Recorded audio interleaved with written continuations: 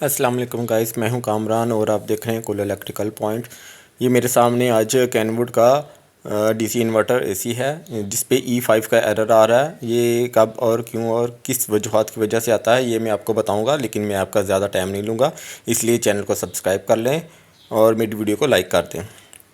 E5 का error आने की वजूहात इंडोर से आउटडोर जो कम्युनिकेशन वायर होती है, ये इसकी प्रॉब्लम मोस्टली होती है। अगर आपका एसी न्यूली इंस्टॉल है तो आपने क्या करना है कि ये जो कम्युनिकेशन वायर है, ये जो वायर है यहाँ पे आपने कलर वगैरह चेक कर लेना है। इंडोर से आउटडोर का जो कलर है वो आपने मैच करने हैं इंस्टॉलेशन के दौरान, अगर आपका न्यूली इंस्टॉलेशन है।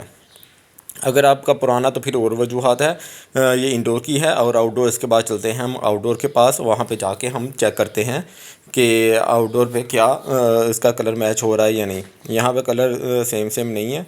बहरहाल यहाँ पे अगर तो न्यूली इंस्टॉल है तो इनके ये कलर मैच करें और इसे वायर वगैरह को चेंज करके चेक करेंगे तो आपका जो एसी है, जो एरर है वो ख़त्म हो जाएगा, वो चल जाएगा।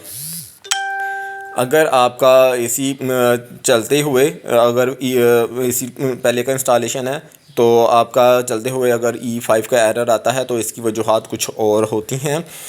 तब इसकी जो वजूहात हैं या इसकी जो वजह है चलने के बाद वो आपकी इंडोर की किट के अंदर या आउटडोर की किट के अंदर कोई प्रॉब्लम आता है, जिसकी वजह से ये प्रॉब्लम आता है। ये ऐसा होता है कि जो इंडोर से आउटडोर की जो कम्युनिकेशन वायर है इसमें लूजिंग आ जाती है या यहाँ से कोई वायर वगैरह डैमेज हो जाती है, तब भी E5 का एरर आ जाता है। ठीक है गाइज़, आपको मेरी वीडियो कैसी लगी? वीडियो को लाइक करना मत भूलिएगा और चैनल को सब्सक्राइब करना भी मत भूलिएगा। अल्लाह हाफिज़।